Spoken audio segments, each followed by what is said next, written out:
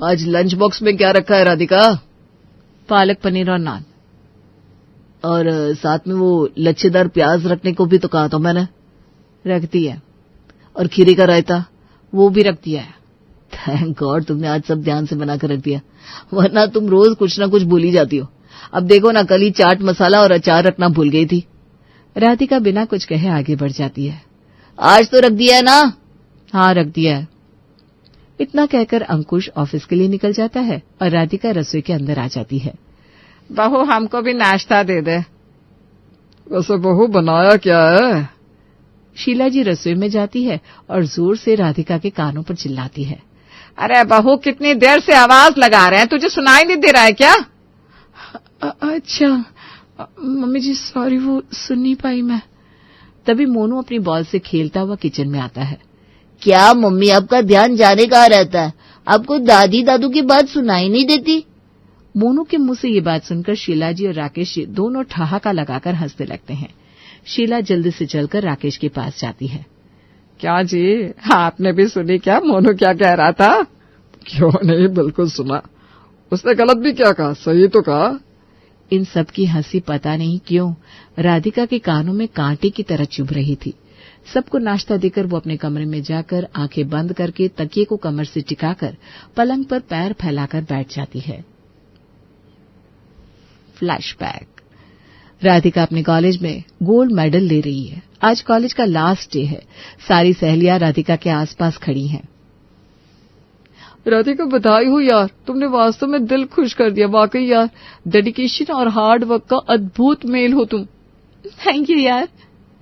अब आगे क्या सोचा है? अरे तू भी ना सीमा राधिका से ये पूछ रही है। अगर हम जैसे लोगों से पूछो तो समझ में भी आता है। ना तो हमारा कोई गोल है, बस जैसे तैसे धक्का लगाकर डिग्री पूरी कर ली है। बात तूने एकदम सही कही रितु। अब राधिका को गोल्ड मेडल मिला है, वो भी LLM में, तो भाई वो तो वकालत करेगी ही। कुछ सालों बाद हम अखबारों में पढ़ेंगे, एडवोकेट राधिका शर्मा ने जीता और इतना बड़ा केस। पिंकी के इतना कहते ही सारी सहेलियां जोर जोर से हंसने लगती है। तुम लोग भी ना आओ, चलो आज कैंटीन में बैठकर आखिरी बार समोसे खाते हैं। फिर न जाने कब मिलेंगे ये समोसे, और समोसे मिल भी गए तो मेरे ये दोस्त कहाँ मिलेंगे। राधिका के इतना कहते ही सबकी आंखों में आंसू होते हैं और सब एक दूसरे के गले लग जाते हैं। राधिका, अरे राधिका सुन ही नहीं रही हो, बैठे बैठे सो गई क्या? अरे ये भी कोई समय है क्या सोने का? सास शीला जी की कर्कश आवाज से राधिका की नींद खुलती है। राधिका आंखें खोलती है तो सास अपना मुंह उसकी आंखों पर लगाए है। राधिका डर जाती है। जी मम्मी जी क्या हुआ? अरे बहू, क्या तुम भी बैठे बैठे सो रही हो? कितनी देर से आवाज लगा रही हो, सुन ही नहीं रही हो? जी मम्मी जी बताइए क्या हुआ? अरे 12 बजने को आए, दोपहर में खाने में क्या बनेगा आज? जो आप कहे वही बना लेंगे। ठीक है तो सुनो, सबसे पहले आम पन्ना बना लो। पापा जी कह रहे थे बहू ने 2 दिन से बनाया नहीं है। हाँ, उसके बाद आज खाने में आम रस और कचुम्बर सलाद बना दो, और बाकी का दाल रोटी चावल सब्जी हमारे यहाँ जो रोज बनता है वो। इतना कहकर शीला जी चलने लगती है। ठीक है मम्मी जी। ये कहकर राधिका भी रसोई में खाना बनाने घुस जाती है। आज कितनी ज्यादा गर्मी है, पता नहीं भगवान जी कब बारिश भेजोगे। हम जैसी औरतों का क्या ही होगा रसोई में घुसे हुए। राधिका सबको भरपेट खाना खिलाने के बाद जब खुद खाने बैठी तो उसे कॉलेज के समोसे याद आ गए। यार राधिका, क्या लाइफ थी वो। ना कोई चिंता ना कोई फिक्र, बस पढ़ना और घूमना, 2 ही काम। पता नहीं सारे दोस्त कहाँ होंगे, सब कैसे दिखते होंगे।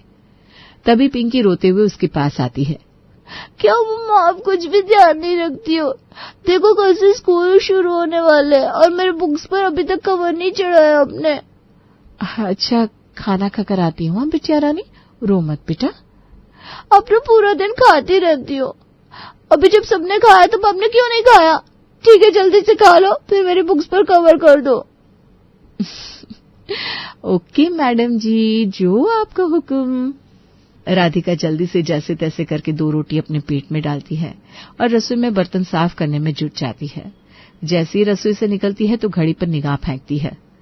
अरे 4 बज गए। चलो कपड़े सूख गए होंगे, उठाकर लाती हूँ, वरना धूप चटक है, रंग फीके पड़ जाएंगे। नीचे कपड़े लाकर वो तय बनाती है, तभी सासू माँ की आवाज आती है। बहू 4:45 हो गए, चाय चढ़ा दे। और हाँ, आज मसाला चाय बनाना बढ़िया सी। जी मम्मी जी। साथ में अगर एक बेसन का चीला भी मिल जाता तो मजा आ जाता। जी क्यों नहीं पापा जी, बना देती हूँ। राधिका सबको चाय नाश्ता कराकर शाम के खाने की तैयारी के लिए सोच रही थी कि तभी अरे पिंकी के बुक्स कवर करना है, नहीं तो मैडम जी फिर से नाराज हो जाएंगी। राधिका बुक्स कवर करने जैसे ही जाती है कि उसकी माँ का फोन आता है। और माँ कैसी हो आप? आज फोन इस समय कैसे? हाँ, अब तुझसे तो अपॉइंटमेंट लेना पड़ेगा, ये तो मैं भूल गई थी बिटिया रानी। न जाने कौन सी दुनिया में रहती है, खुद से कभी फोन ही नहीं करती, अगर करो भी तो तुरंत रख देती है। इतना कहते ही नीलू जी रोने लगती है। क्या हुआ माँ, सब ठीक तो है ना? बेटा पापा की तबीयत ठीक नहीं है, बड़ा ही अकेले अकेला से लग रहा है, तू आ जा कुछ दिन के लिए। क्या हुआ पापा को माँ? अब रो मत, मैं आज ही अंकुश से बात करती हूँ, निकलती हूँ यहाँ से। शाम को अंकुश घर आता है, सब खाने की टेबल पर बातें कर रहे थे। आज पालक पनीर में वो बात नहीं थी राधिका, मजा नहीं आया। आज फिर सब खाने में 50 कमियां निकाल रहे थे, लेकिन राधिका को कुछ भी सुनाई नहीं दे रहा था। रात को जैसे ही अंकुश कमरे में आता है, वो फोन पर बिजी होता है। सुनो ना अंकुश, मुझे तुमसे कुछ जरूरी बात करनी है। अभी मैं वेब सीरीज देख रहा हूँ ना राधिका, मुझे डिस्टर्ब मत करो प्लीज। तुम औरतों के पास घर की बातों के अलावा और कौन सी बातें होंगी? राधिका बिना कुछ कहे सो जाती है। अगले दिन सुबह, मम्मी जी मैं जरा सब्जी लेने बाजार जा रही हूँ, अभी आती हूँ। आपको कोई स्पेशल सब्जी तो नहीं खानी ना? नहीं, ऐसा कुछ नहीं है, बस टाइम से आ जाना। राधिका सब्जी मंडी में बढ़िया बढ़िया सब्जी ले रही थी। आज ये करेले बना लूंगी, कल संडे है तो अंकुश भी अच्छे से खा लेंगे। और हाँ, ये सब्जियां कितनी फ्रेश है ये भी ले लेती हूँ। कल बढ़िया सा वेजिटेबल पास्ता बना लूंगी। अपनी सब्जी के हिसाब किताब में उलझी राधिका के कंधे पर आकर कोई हाथ रखता है। सीमा, तू यहाँ कैसे? हाय, तू राधिका ही है ना? मैं तुझे इतनी देर से देख रही हूँ, लेकिन कंफ्यूजन में थी राधिका है कि नहीं। तू तो बड़ी स्मार्ट हो गई रे। लेकिन तुझे क्या हुआ राधिका? मैं तुझे इस हाल में देखकर बिल्कुल शॉक्ड हूँ यार। मेरी जब भी किसी दोस्त से बात होती थी तुझे जरूर याद करती थी। आज राधिका किसी बड़ी पोस्ट पर होगी, इसलिए शायद उसे हमारे पास टाइम नहीं होगा। अरे नहीं यार, कॉलेज के बाद शादी हो गई, फिर बच्चे हो गए, उनको संभालते हुए कब इतने साल निकल गए पता ही नहीं चला। वही पागल, ये दुनिया मतलब की है रे। यहाँ सब अपने मतलब से जुड़े हैं। तू अगर आज उनके काम की नहीं है तो बस आज से ही मतलब खत्म, फिर वो चाहे पति हो, सास ससुर या बच्चे। इसीलिए ये छोटी सी जिंदगी है, अपनी हर ख्वाहिश पूरी करो, किसी और के लिए अपने सपने कुर्बान ना करो। राधिका घर आ जाती है, लेकिन सीमा की बातें उसकी जहन में बस गई थी। कहाँ रह गई थी राधिका? कितने जोरों की भूख लगी है। वैसे आज डिनर में क्या है? आज शाही पुलाव और आलू मटर की सब्जी। तुम भी ना यार, आलू मटर कौन खाएगा? मैं तो नहीं खाऊंगा। अच्छा सुनो, एक बात बताना भूल गया, कल मेरे बचपन का जिगरी यार आ रहा है, तो कल का लंच एकदम लाजवाब होना चाहिए। जी बिल्कुल। अगले दिन राधिका पूरी शिद्दत से आने वाले मेहमानों के लिए खाना बनाती है। अरे भाभी को मेरा नमस्कार। नमस्ते भैया। सब अच्छे से खाना खाते हैं, फिर उसके बाद चाय कॉफी की पेशकश की जाती है। राधिका बनाकर लाती है। आप खाना काफी अच्छा बनाती है, आप कैसे इतना अच्छा खाना बना लेती है? थैंक यू जी। वो खाना, अरे बस खाना ही तो बनाती है, अब वो भी अच्छा नहीं बनाएगी क्या? राधिका आपकी तरह जॉब तो करती नहीं है। अरे तू ऐसे कैसे कह रहा है? मुझे याद है अच्छे से, भाभी लॉ में मास्टर डिग्री होल्डर है, एडवोकेट है, एडवोकेट। एडवोकेट के नाम पर वो बस एफिडेविट बना लेती है, इससे ज्यादा कुछ नहीं। अंकुश की ये कहते ही सब जोर जोर से हंसने लगते हैं। राधिका अपमान का कड़वा घूंट पीकर रह जाती है। अगले दिन सुबह सुबह, अरे आज सुबह सुबह कहाँ चल दी तुम तैयार होकर? जहां आप हर रोज जाते हैं। क्या मतलब? मतलब ऑफिस। अरे कहाँ का ऑफिस? कौन सा ऑफिस? मैंने भी आज से प्रैक्टिस पर जाना शुरू कर दिया है, क्योंकि कब तक आखिर मैं ये डिनर, नाश्ता और लंच ही बनाती रहूंगी। और फिर एफिडेविट से आगे भी तो कुछ सीखना है ना। काम वाली बाई आती होगी, वो तुम सबके लिए खाना बनाकर रेडी करती की। मैं शाम को 7 बजे आऊंगी। और हाँ, बताना भूल गई, अगले हफ्ते की टिकट कर ली है, मम्मी के घर जाना है। पापा की तबीयत ठीक नहीं है ना, अभी चलती हूँ, लेट हो रहा है। राधिका को जाते देख अंकुश तो बस देखता ही रह गया। आज उसके पास शब्द ही नहीं थे, क्योंकि आज वो हाउसवाइफ राधिका नहीं बल्कि एडवोकेट राधिका थी। माँ, आज छोले भटूरे खाने का बहुत मन हो रहा है, बना दो ना। बेटा, तुम लोगों की फरमाइश है कि खत्म होने का नाम ही नहीं लेती। यहाँ घुट्टों के दर्द से मेरी जान जा रही है और तुझे छोले भटूरे की पड़ी है। साफ साफ बता रही हूँ, मुझसे ये फरमाइशी खाना नहीं बनता। दाल चावल बनाकर रखे हैं, खा ले चुपचाप। फिर से दाल चावल? अरे माँ, कभी तो कुछ अच्छा बना लिया करो, आखिर कोई कितना दाल चावल और दलिया खाएगा। ऐसा है बेटा, अपने बड़े भाई को कह कि शादी की उम्र हो रही है तो शादी कर ले। घर में बहू आएगी तो इस रोज रोज की किटकिट से मेरी जान छूटेगी। फिर भाभी से बनवाना अपनी पसंद का खाना। मुझे तो अब घर के काम से ऊबन हो गई है। शाम के समय, अरे भैया, चाचा जी ने 2-3 फोटो भेजी है, आप देखकर बताओ ना भाभी के लिए किसको सिलेक्ट करे। अभी अभी ऑफिस से आया हूँ, आते ही दिमाग चाटने लगे। चल पहले एक कप चाय बना कर ला। भैया, बात को टालो मत ना, मुझे पता है आपको कोई चाय वाय पीने का मन नहीं है, बस शादी की बात को रफा दफा करने के लिए बात बदल रहे हो आप। अरे मैं पूछ रही हूँ, कब तक भागते रहोगे यार? शादी तो करनी है ना, आज नहीं तो कल। फिर कर क्यों नहीं लेते? कितने अरमान है मेरे अपने भाई की शादी में एंजॉय करने की। मुझे तो लग रहा है आपकी शादी का इंतजार करते करते बूढ़ी हो जाऊंगी मैं। देख रचना, पहले भी 100 दफा बोल चुका हूँ, एक बार और बोल देता हूँ, मुझे शादी नहीं करनी, आज नहीं, कल नहीं, करनी ही नहीं। बात आई समझ में? या फिर 1-2 बार और बोल दूँ ताकि सबको अच्छे से मेरी बात समझ में आ जाए? अरे मैं परेशान हो गया हूँ रोज रोज एक ही बात को रिपीट करते करते। आप लोगों को कोई काम धंधा नहीं है क्या मेरी शादी करने के अलावा? ऐसा है बेटा, माँ अपनी जवानी से लेकर बुढ़ापे तक इसी उम्मीद में घर गृहस्थी में पीसती है कि एक दिन उसके बेटे की शादी होगी और वो घर की सारी जिम्मेदारी अपनी बहू को सौंप कर कुछ दिन सुकून से जिएगी। मुझे ये बता, मुझे कोई हक नहीं है क्या कि मैं भी 2-4 दिन चैन से बैठकर 2 रोटी खा सकूं? तुम्हारे पिताजी को नौकरानी के हाथ का खाना नहीं खाना, सुपुत्र को शादी नहीं करनी, कुल मिलाकर जीवन भर घर में रोटियां बनाने के लिए सिर्फ मैं ही बची ना। और ठीक है, हमने तो अपनी किस्मत समझकर इसे भी स्वीकार कर लिया। बना रही हूँ ना इतने सालों से 3 वक्त का खाना, लेकिन उसमें भी हमारे शहजादे और शहजादियों को अब घर का खाना पसंद कहाँ आता है, क्योंकि वो तो है आज के ज़माने की जी। इनको रोज़ चाहिए पिज्ज़ा, बर्गर, मोमोज, डोसा। देखो, कान खोल कर सुन लो, मुझसे ये शाही पकवान नहीं बनते। जो इस बूढ़ी माँ से बन सकता है वो मैं बना कर खिला रही हूँ। अब जिसको ज़्यादा रंग बिरंगा खाना खाने का मन करता हो वो खुद जाए किचन में और अपने हाथों का जादू चलाकर बना ले अपने लिए। अरे माँ, ये तो सरासर ज्यादती हुई ना, कि अगर मैं शादी करने को तैयार नहीं हूँ तो आप हमें ऐसा बीमारों वाला खाना खिलाएंगी। अच्छा ठीक है, मेरे पास में ना आपकी प्रॉब्लम का एक सोल्यूशन है। अब आपसे खाना नहीं बन रहा है ना, इसका मतलब ये तो नहीं कि मैं किसी भी सड़क चलती लड़की से शादी कर लूँ और उसे अपने घर ले आऊँ।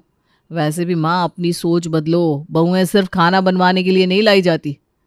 मैं आपके फ़ोन में ना ज़ोमैटो और ब्लिंकिट डाउनलोड कर देता हूँ। आपको जब जो खाने का मन हो आप यहाँ से ऑर्डर करके मंगा लिया करो। ये आपके चंगू मंगू है ना, ये परेशान करना बंद कर देंगे। अजय माँ के फ़ोन में ज़ोमैटो ऐप डाउनलोड कर देता है और उन्हें इस्तेमाल करना भी सिखा देता है। अरे रहने दे, मेरे फ़ोन में ये सब डाउनलोड मत कर। बिना बात आदतें ही तो ख़राब होती है सब चीज़ों से, कोई अच्छी चीज़ थोड़ी ना है। अरे कुछ नहीं बिगड़ता माँ, कभी कभी खाने से, सब खाते हैं। अगले दिन शाम के समय अजय ऑफिस से घर लौट रहा था, तभी उसे पड़ोस में रहने वाली अंतिमा दिखाई देती है, जो अपने घर के बाहर खड़ी होकर जोर जोर से फ़ोन पर बात कर रही थी। अरे दीदी, मेरे लिए कोई लड़कों की कमी थोड़ी ना है। पिछले महीने 3-3 लड़कों के रिश्ते आए थे, लेकिन मेरी ना अभी इच्छा ही नहीं है शादी करने की। वैसे भी मेरी कौन सी उम्र निकल जा रही है, अच्छी खासी जॉब कर रही हूँ, एक ढूंढूंगी ना तो 10 लड़के मिल जाएंगे मुझे। हाँ।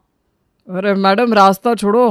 हाँ, हमें पता है बहुत रूप की रानी हो आप, और आपके घर के बाहर रोज़ लड़कों की लाइन लगती है, लेकिन ये आने जाने वालों का रास्ता रोक रोक कर चिल्ला चिल्ला कर बात करने का मतलब क्या है? अपने घर में बैठकर बात करो ना।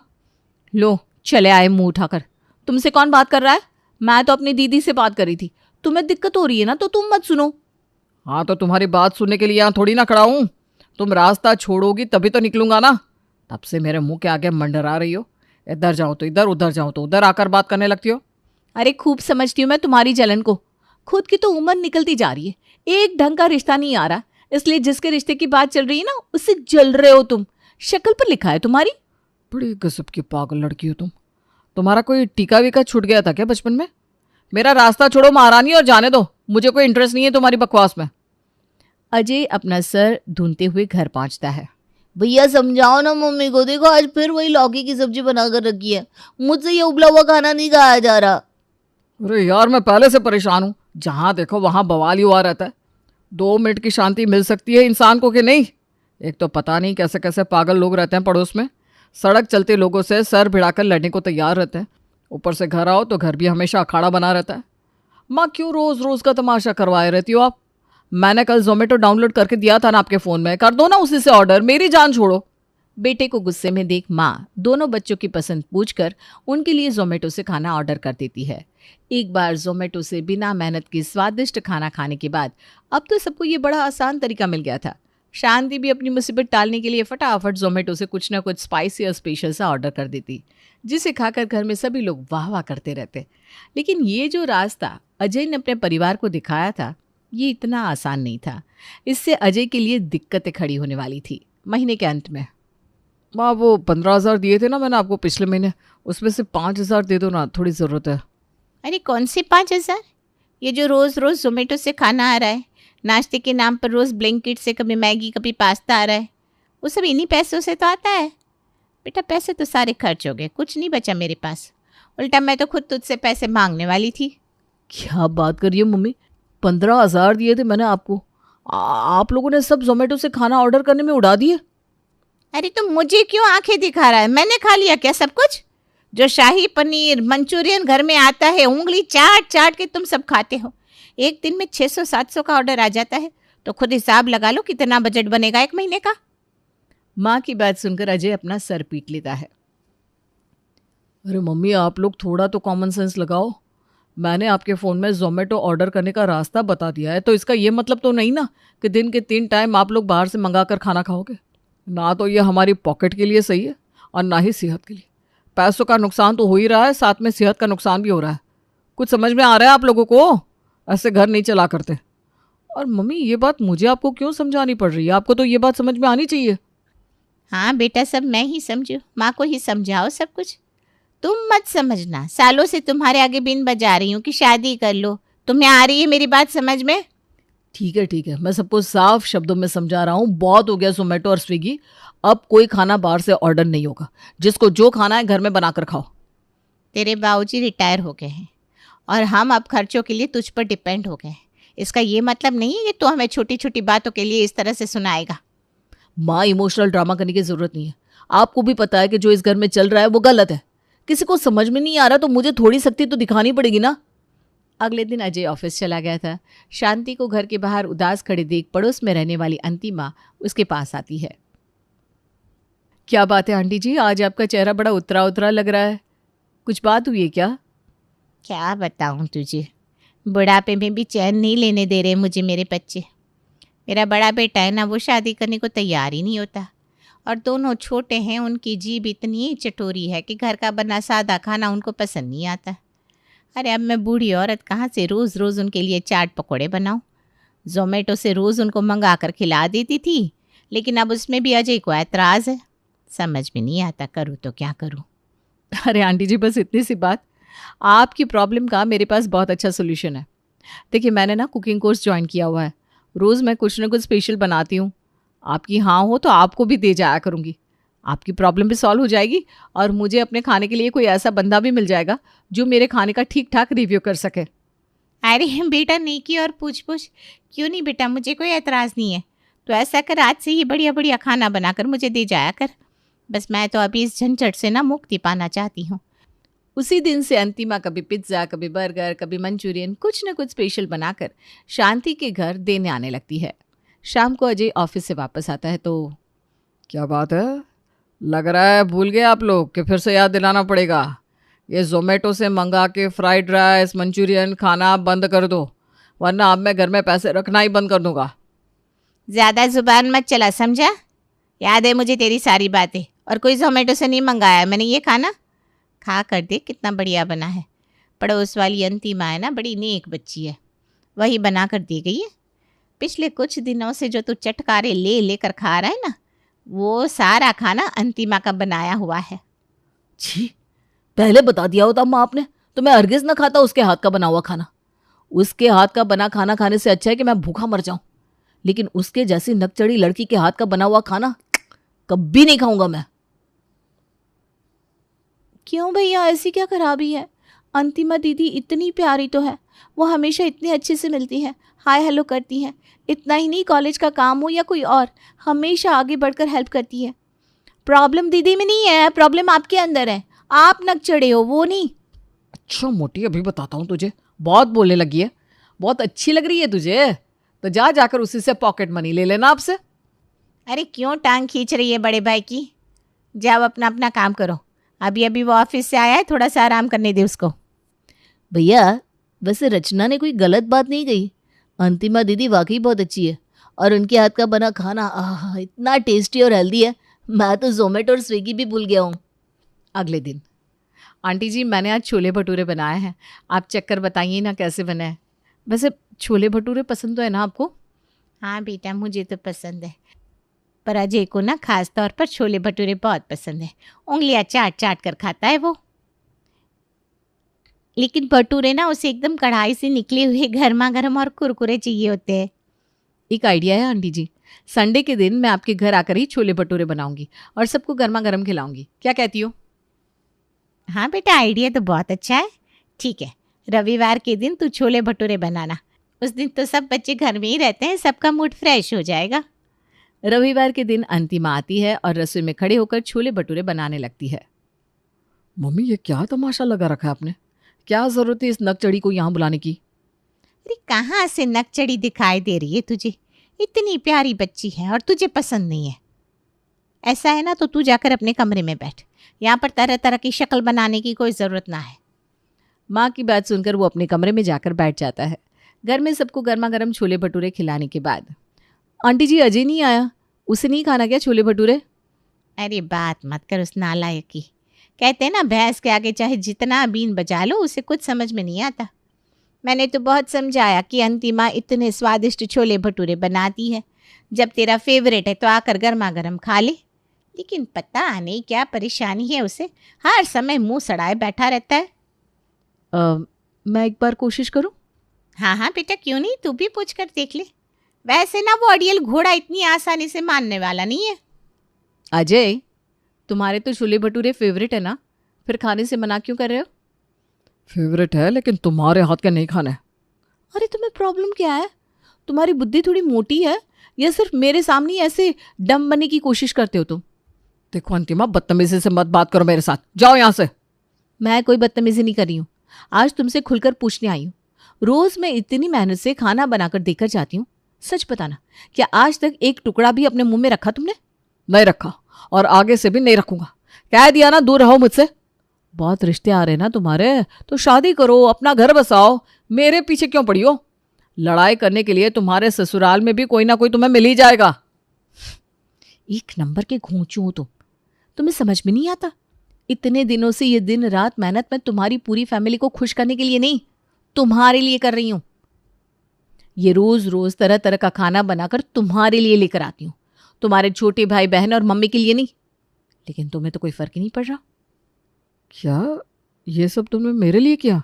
और नहीं तो क्या, एक से बढ़कर एक गधे देखे मैंने, लेकिन तुम्हारे जैसा नहीं देखा। लड़की के दिल की बात तुम्हें समझ में नहीं आती। नहीं खाना ना तुम्हें छोले भटूरे तो ठीक है, मत खाओ। आज के बाद मैं इस घर में कभी नहीं आऊंगी। और सुनो, आंटी को खाना बनाने में दिक्कत होती है तो कोई देख लो सती सावित्री, जो जीवन भर तुम्हारे पागलपन को बर्दाश्त करे और आंटी को खाना बनाकर खिला सके। अपनी बात तो बता दी, लेकिन मेरी भी सुनती जाओ। जानना नहीं चाहोगे 30 साल तक कंवारा क्यों बैठा हूं मैं? क्यों शादी नहीं करना चाहता? क्योंकि मैं तुमसे शादी करना चाहता हूं और तुम हो के हर समय मुझसे लड़ाई करने के बहाने ढूंढती रहती हो। बस इसीलिए आज तक शादी के नाम से मुंह छुपाता घूम रहा हूं मैं। अगर ऐसी बात थी तो कभी बताया क्यों नहीं? शादी नहीं करोगे यह बात तो चिल्ला चिल्ला के पूरी दुनिया को बता दी, लेकिन मुझसे शादी करना चाहते हो ये बात आज तक कभी किसी को बताई? तुम्हारी हरकतें देख कर ना दिल तो यही कर रहा है कि तुम्हें शादी के लिए मना कर दूं। तुम्हारे जैसे लड़के वैसे शादी करने के लायक नहीं होते। देखो देखो, फिर से झगड़ा करने लगी। बस तुम्हारी इसी आदत के कारण आज तक तुमसे अपने मन की बात नहीं कह पाया हूं। जब देखो तब झगड़ा करती रहती हूँ। अरे भैया, सब सुन लिया मैंने।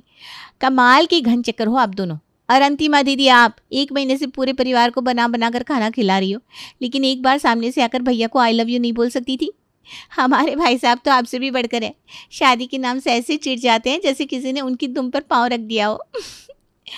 अरे भैया, इतनी बार आपसे जानने की कोशिश की मैंने कि आपको शादी क्यों नहीं करनी, लेकिन ये मुंह पर जो ताला लगा कर रखा था, किसी और के सामने ना सही अपनी बहन के सामने तो खोल सकते थे। चलो ठीक है, अब जो हुआ सो हुआ। आप दोनों की शादी कराने की जिम्मेदारी मेरी। रचना भागती हुई अपनी माँ के पास जाती है और उन्हें अजय और अंतिमा के बारे में बताती है। अरे बेटा, तेरे जैसी सुंदर सुशील इतनी प्यारी लड़की तो हमें ढूंढने से भी नहीं मिलेगी, और तेरी वजह से तो मेरे नालायक बच्चों की बाहर का खाना खाने की आदत छूटी है, वरना इनको तो 24 घंटे बस रेस्टोरेंट का खाना खाने की लत लग गई थी। तू मेरे घर दुल्हन बनकर आएगी ना तो किस्मत ही खुल जाएगी हमारी तो। बिना देरी किए शांति झटपट शादी का मुहूर्त निकलवाती है और अंतिमा को दुल्हन बनाकर अपने घर ले आती है।